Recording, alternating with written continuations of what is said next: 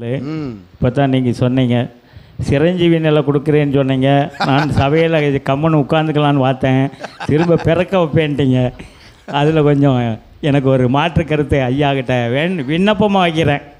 பிறக்க வைங்க, சிறுவனாக பிறக்கும்போது சிவசபையிலே பிறக்க வச்சுருங்க. எங்கேயாவது குப்பாண்ட வயிற்றில் போய் பிறக்க வச்சிங்கன்னா நாங்கள் திரும்ப சீரழிஞ்சு 40 வயசுக்கு மேலே தான் சிவபூஜைக்கு வர வேண்டியது இருக்குது. ஓம் நமச்சிவாய. ஓம் நமச்சிவாய. பிறந்தால் எம்மோடு, பிறந்தால் எம்மோடு.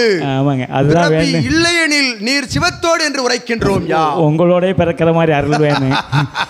எம்மோடு எனில் வாழும் குரு சிவமகா வாழை சித்தனுடைய திருக்கால் பிடித்து பயணம் செய்கின்ற அற்புதமான பயணம் அதை மேற்கொள்வாய் என்ற அகத்தியன். ஏன்னா இந்த பிறவியில் நான் படாத பாடுபட்ட வந்ததுனால திரும்ப கொண்டு 40 வயசுக்கு மேலே என்னைய சிவபணிக்கு அழைச்சிங்கன்னா நான் அது வரைக்கும் மாடுகேடு மேய்க்க வேண்டியது வந்துடும். தான் உரைத்தான், என்ன நிகழ்ந்தால் என்ன போக்குவரத்தில், என்ன நிகழ்ந்தால் என்ன எவ்விடத்தில், மூச்சு அகன்றால் என்ன சிரஞ்சீவி என்று சொல்லிவிட்டீர்கள் ஐயா, அது எவ்வேளை நடந்தால் என்ன என்று உரைத்தவன் இன்று ஒரு ஆசை பிறக்க வேண்டும் என்று உரைக்கின்றான். பிறக்கலாம், ஆனால் சிக்கல்ல பிறக்க வச்சிடாது. ஆசை நியாயமான நிதர்சனமான நித்தியமான ஆசை என்பதால் அகத்தியன் யாம் உம்மை நிச்சயம் பிறக்க வைப்போம். சீடனே பிறக்க வைங்க, உயர்ந்த இடத்துல சிவனுக்கு அருகாமையில் பிறக்க வைங்க ஐயா, அதான் வேண்டுதல்.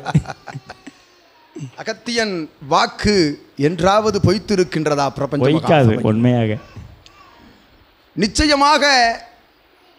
சீடர்கள் 11 சித்தர்கள் எவ்வாறு சிரஞ்சீவியாய் உயிரோடு அகத்தியனை சுமப்பவன் அமர்ந்திருக்கின்றானோ, 11 சித்தர்களை சுமப்பவன் எவ்வாறு அமர்ந்திருக்கின்றானோ, இவன் போல் நிச்சயமாக சுமந்து அமர்ந்திருப்பாய் என்று அகத்தியன் உரைக்கின்றோம். ஓம் அகதீசாய நமக.